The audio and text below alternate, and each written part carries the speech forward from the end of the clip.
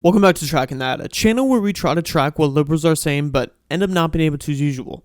Well, like father, like son, Donald Trump Jr. just embarrassed an MSDNC reporter to his face at the RNC, but he was honestly asked a really inappropriate question since his father almost got assassinated, and I can only imagine the emotions his son was feeling. What is that change going to look like, Don? What practically your father as president, I think you would even say, was a divisive figure. What's it going to look like in the second term? I don't think he was a divisive figure at all. I think the media created divisiveness around him. They lied about Russia collusion. They said he was a traitor. They went after him in every which way as possible. If the media actually starts being an honest broker, talking about the things that he did, the prosperity he brought, the peace deals that he signed around the world, rather than the disaster that we're living right now, I think you'd do everyone in the country a big favor. I know immigration's important to him. I covered the family separation crisis closely. Will we continue to see policies like separating 5,000 children deliberately from their parents? You mean the Obama administration? You know they didn't do that, sir. Okay, sure.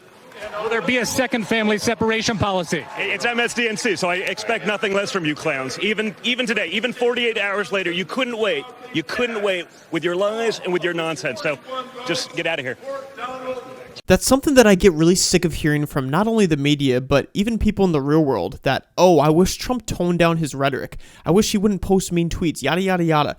But he's a man from New York that doesn't take crap from anyone, and it makes people from an outsider point of view think he's just a big meanie face, but it's always him that is attacked first, and he attacks back hard, if not harder than what people are used to.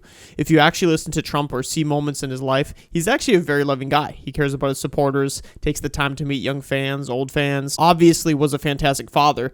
But let's debunk the false claim of Trump separating families at the border, and I'll use a liberal news source to make the radical left happy, factcheck.org. So we don't have the numbers on how many either president separated at the border, but what we do know is that Obama apprehended 2,362,966 adults for illegally crossing the border, and 492,970 referred for prosecution.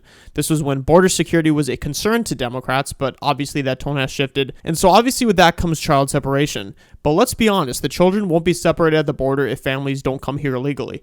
And I feel Donald Trump Jr.'s pain. He gets asked such stupid, disrespectful questions. And so I can understand the built-up rage that is in the family. That's a man that wishes he could beat that reporter up to a pulp, and I don't blame him.